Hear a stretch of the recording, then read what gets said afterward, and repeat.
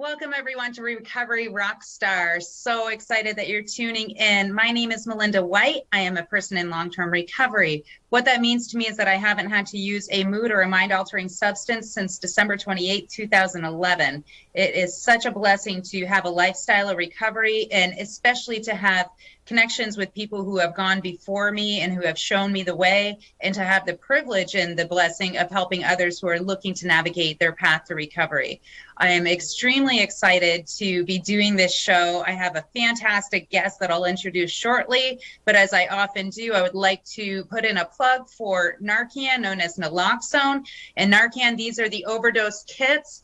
They're 4 milligrams now. A few years ago, when the pilot sites in the state of Vermont had begun, the kits were only 2 milligrams. They're now 4 milligrams. I really encourage everybody and anybody to have a kit on hand. It's better to have a kit and never need it than to need a kit and never have it. Even if you don't know anybody specifically that you think could be at risk of an overdose, if you leave your household, that is a good reason to carry it. I've heard many stories of how lives are saved in the parking lots of stores and in the bathrooms of stores. There's just so many different scenarios. And at the end of the day, we know that people can recover. We know that there's hope, and we know that we need to keep them alive so they can get to that path. So again, just trying to be a huge advocate for Narcan naloxone overdose kits. And also in the state of Vermont, just want to remind people that you can contact the Vermont Department of Health to access Narcan, as well as the harm reduction packs, which of course in the world that we live and work in, there's a lot of acronyms. So the HRPs, which are the harm reduction packs, in those packs, they include the Narcan, the naloxone, and there are 2 kits included now as opposed to 1. And there's also extremely helpful literature. There are gloves, hand sanitizer, masks, fentanyl strips that is extremely critical for some individuals who are struggling. So there's some great tools in those harm reduction packs. They're available no charge, just like the Narcan. Go through your local health department or look up a pilot site in your county. There are a number, and they continue to increase in the state of Vermont because of how crucial this is for people to access. So I encourage you to look up those resources. Thank you for tuning in. And I am going to introduce my guest today, who I'm excited to interview.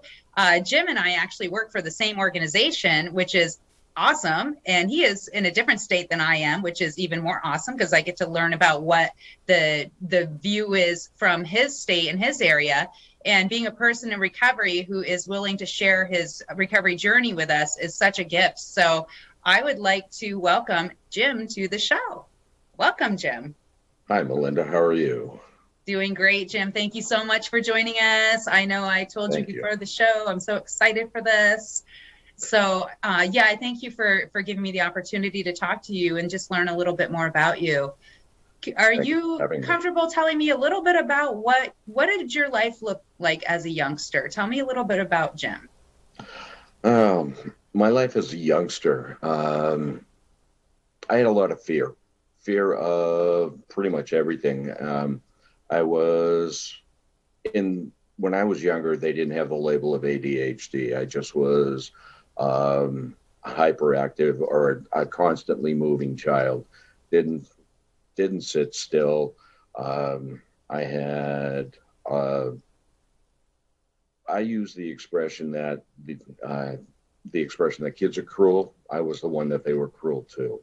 Mm-hmm. So I had a lot of kids my own age.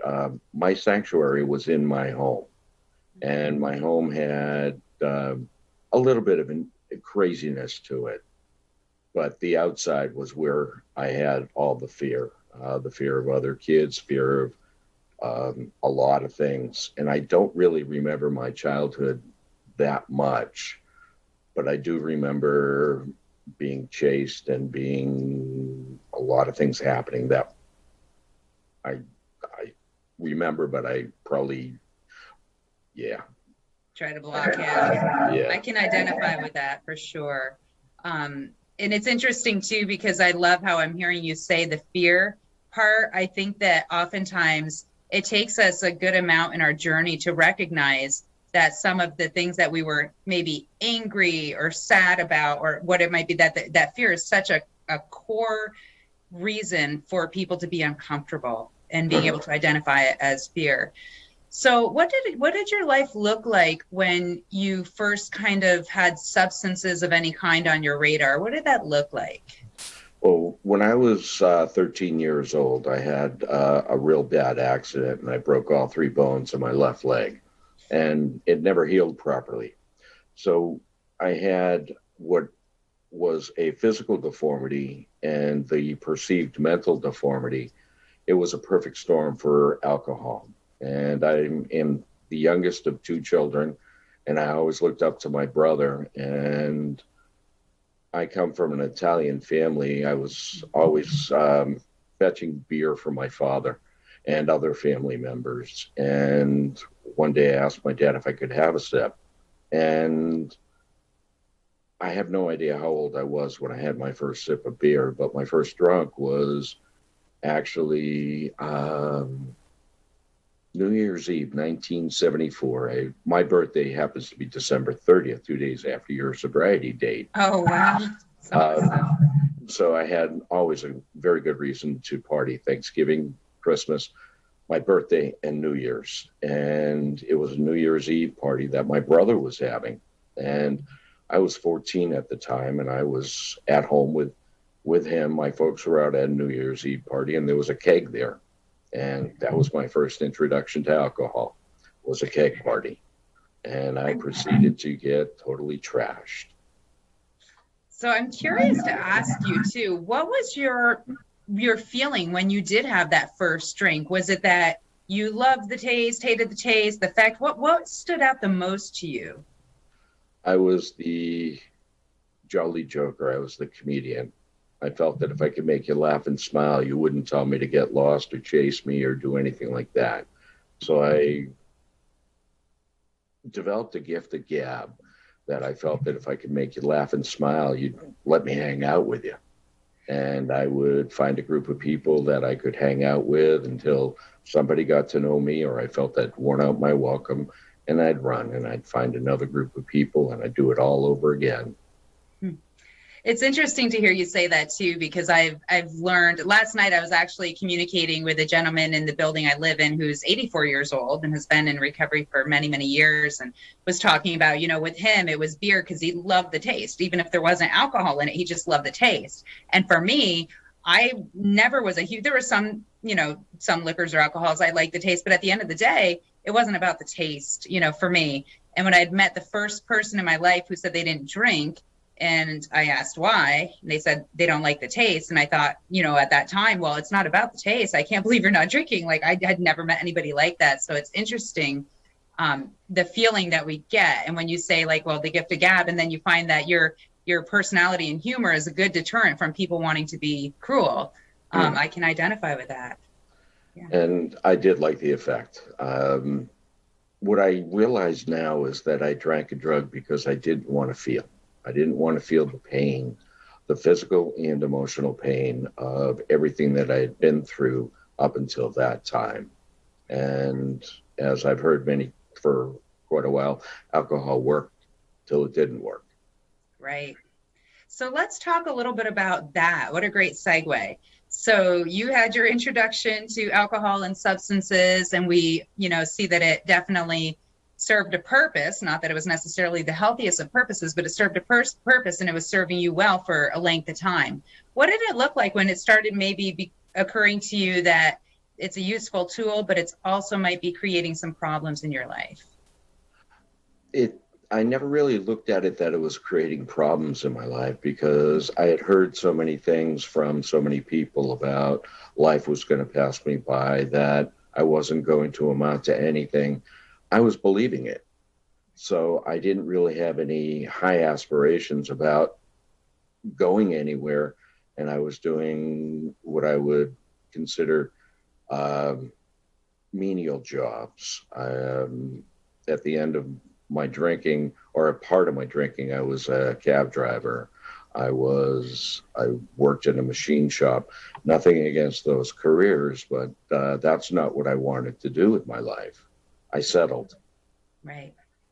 Is it safe to say, and I've heard this saying often and could identify with it, that it's like you have these goals and these hopes and this plan for your life, and then alcohol comes in the picture and you adjust your goals to to fit in your alcohol use, as opposed to adjusting the alcohol use and maybe minimizing it so you can achieve the goals. Is that something that you found happening? Very much so, because I had a dream of, I wanted to be a disc jockey when I was a kid, because my hero at the time, it wasn't because of my leg, I couldn't play sports. So my hero was Casey Kasem, American Top 40. And I wanted to be just like him. And I I used to say that I lost it all because of alcohol, but I realize now that I gave it all away because of alcohol. And isn't that a powerful thing when we come to that realization that, wow, it's not that I lost it, it's that I gave it away. Like I chose to give it away. Yeah. So you had mentioned too, we had talked earlier, and it sounds like at some point you did end up, well, let me back up. I don't want to rush too far ahead. So what did it look like when you got to a point that you recognized you needed help with your substance use and your alcohol use? I didn't like the way that I felt, and I felt emptiness and loneliness. And I remember at the end of my drinking, there was this, I was working in the Boston area, and I was living probably about 10 miles north of Boston. And I would drive home and pass the bar, and I'd stop, I'd walk past the picture window around the corner, and my beer was sitting on the bar. And I was sitting with my back against the wall with 4 or 5 other guys. We were doing it every night, and I never felt so alone in my life. And I said it was actually my dad. I said to him, I think I have a problem with beer. I can't stop once I start. And he had, at the time, was working with a couple of guys that actually got sober through a 12-step fellowship. And he repeated that to them. And they basically said, if he thinks he has a problem, there's a good chance he does. We got it from here. And they brought me under their wings, and I've been here ever since. Wow, that is amazing. And I can so identify with you saying that you're in a public place surrounded by people and feel lonelier than you've ever felt, because that loneliness is something that is internal. You know, when people say, well, what does rock bottom look like? You know, when I have family members reach out and asking for help and guidance for somebody in their family struggling with substance use, and how do I know if they're at rock bottom? And the challenging thing is that it's not super visible to the eyes of others, because I know in my journey, at the point that I lost most externally where it was visible, I wasn't at the bottom. And yet when I got to my bottom externally, it didn't look as bad as it did previously, but internally I was completely crumbled. So it's just something that I continue to identify with when I talk to people, that it's really that internal feeling of being completely alone in this journey. So it sounds like you took the suggestion of getting connected to a 12-step program. And what did that journey look like? Did you love it? Did you hate it? Did you fight it? I've loved it ever from the moment that I walked in. What had happened is one of the gentlemen that my dad worked with came over my house. At that time, I was going through a very difficult experience, and I had moved back home. I was 30 years old, and I was living at home with mom and dad. And my folks had a place up in the mountains of New Hampshire, and he was sitting at my kitchen table, and we were having coffee. I was smoking a cigarette at the time, and he was talking to me about drinking. And he wasn't talking about my drinking. He was talking about his drinking, what drinking had done to him, and how he found a solution, and he had to do certain things to ensure that he wouldn't drink for today. And I was intrigued, and I was amazed that here was somebody that I knew casually because he worked with my dad, and he was telling me about his life. And the things that he was saying was the way that I had felt, and nobody knew how I felt. Right. And a couple of days later, a book showed up in my mailbox, and another little pamphlet showing me where all meetings were. And I went to my first meeting down in my hometown, and I raised my hand and I said, my name is Jim. And I couldn't say the word alcoholic. And when I said it, I felt that burden had been lifted off my shoulders. Wow. And it was an amazing feeling, but I was not drinking, but I was doing the marijuana maintenance program. Yeah. Long story short, I was at a speaking commitment with a couple of other guys. And there was a guy that was sitting next to me. His name was Larry. And I said, is smoking pot being sober? And he kind of looked at me and said, ask him. There were 3 other guys there. And I got honest that night. And I said, no, it's not. And that was the night that I got a 24-hour chip. And that was July 8th of 1990. And I haven't found it necessary to pick up a drink or a drug since then. Wow. And life has been life. It's been absolutely wonderful being sober, but life still happens. And I've learned how to not fix me with me. I can't fix me with me. So I have developed a community. And through the 12-step fellowship, that community has been an amazing support system. I just love that. I hear you, how you had mentioned being able to come out and basically say your name and your struggle. It's like in those moments, we're taking our power back. And I've learned that in my journey as well, that, how critical is it to, do that inventory to even know who I am and where I am. If I think I know where I want to go, I get to figure out where I am. And then also sharing it with another person. And with it, whether it's God or a higher power or the universe, whatever people believe in, but just being able to come to a point of acknowledging that, yeah, I'm struggling with this and I'm saying it out loud. So I'm making it real, even though it's scary to do that. But as soon as I do that, that loneliness that we mentioned earlier slowly starts to shift a little bit. And I love how you were saying that you heard somebody else talking and describing your struggles, even though they didn't actually know those struggles. And I find that with people in recovery, how much we can identify with each other's through both the challenging parts and also in the solution. Mm-hmm. So it sounds like you've, dove head first and not looked back. What does your life kind of look like? Like, what did it look like in early recovery? And what does it kind of look like now as time goes by?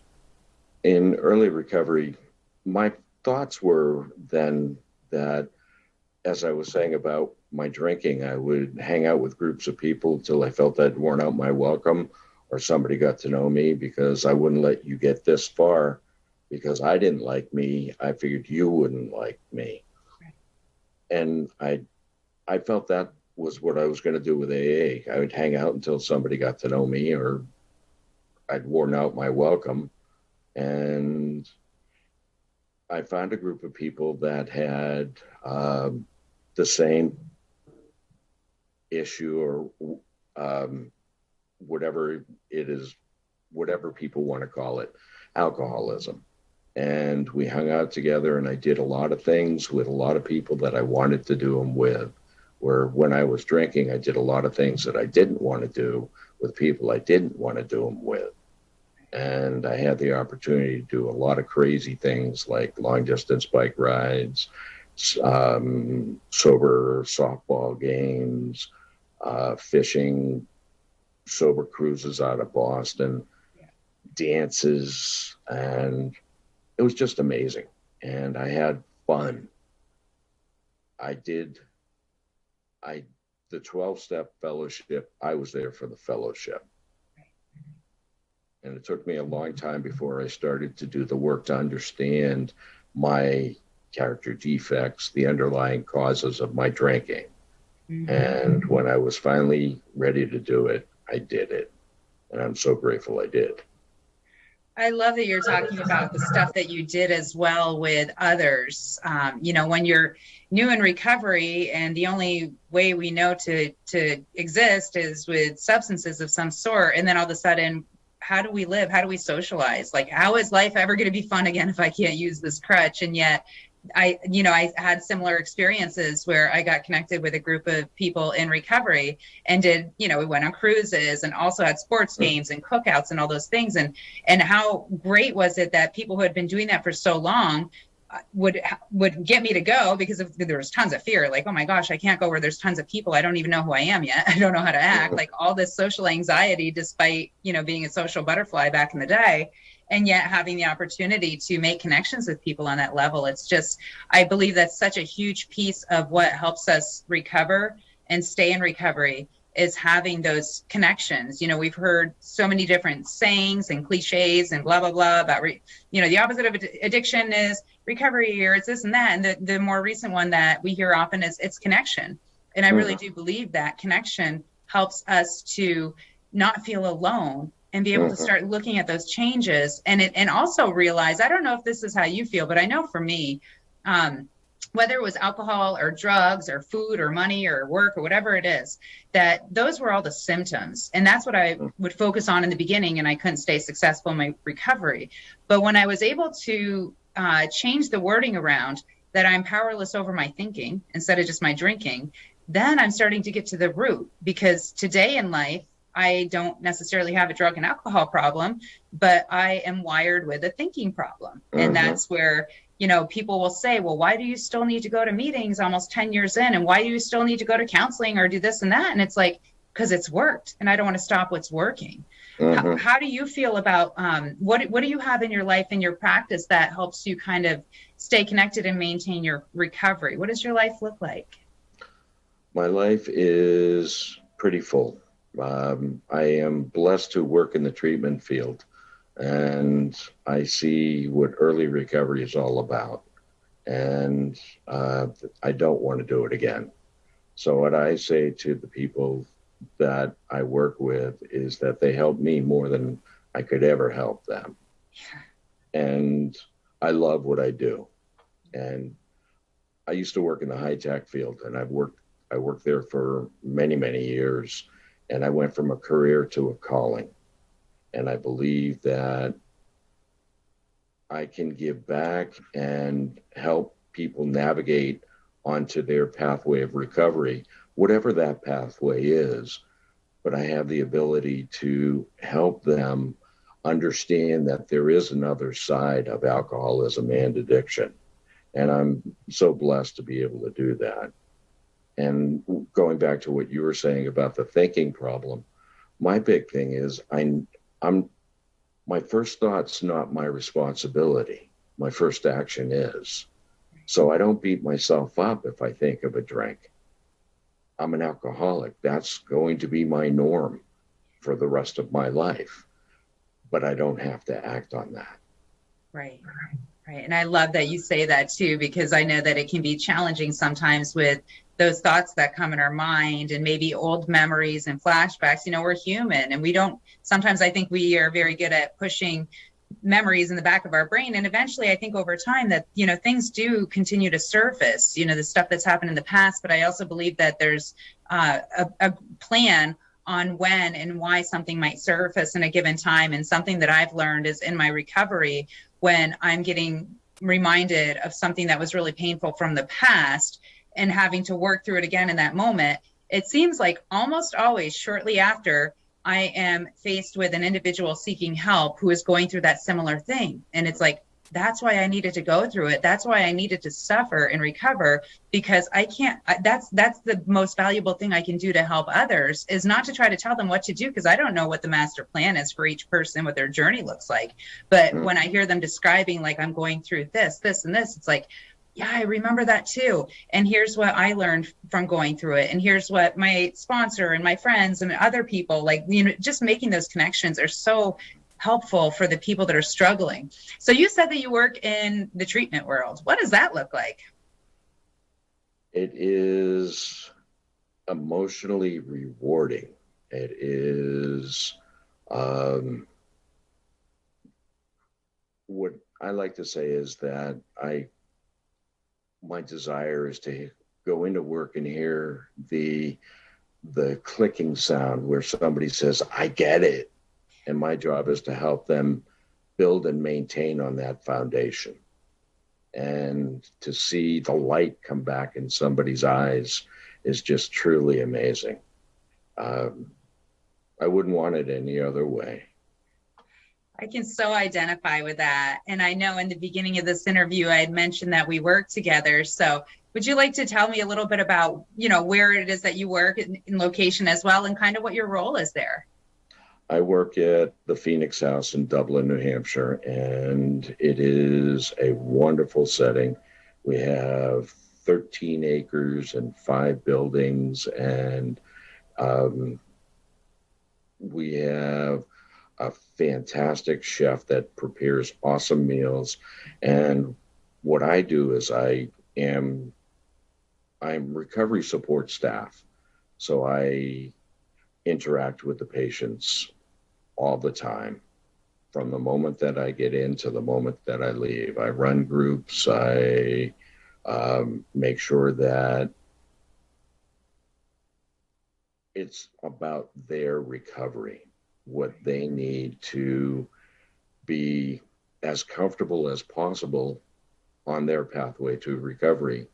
And what was told to me is what I tell the patients: sit down, buckle up, you're in for a ride.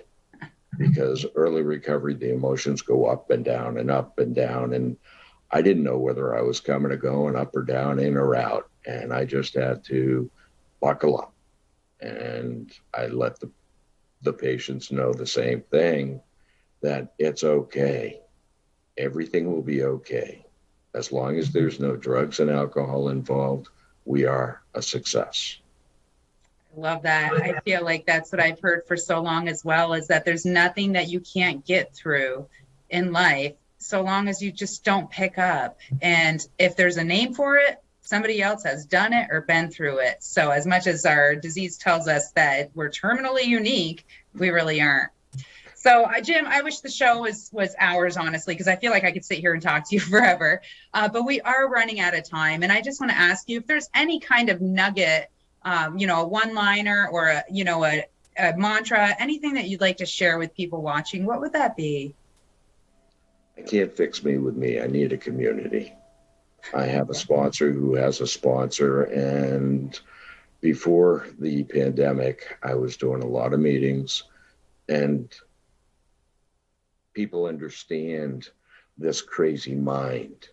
If I tell somebody in a meeting what my thinking is, and okay, let's talk through it. But if I tell somebody on the outside world what my thinking is, they would say, get the long sleeve, the white jacket, long sleeves, buckles in the back, and the white room and the rubber room. Lock him up. I love it. I couldn't agree more with that. Well, I thank you so much for being on the show. I'm sorry that we're out of time, but I know you and I will connect again. So grateful for you. I'm so grateful to the viewers that are watching today. Thank you for supporting, and please share with people that may be struggling, because anybody struggling with addiction, you are not alone, and there is story after story to back that up. I thank you all for viewing. Absolutely love our community, love the people that we work with, and have so much energy to help. So thank you for joining Recovery Rockstar.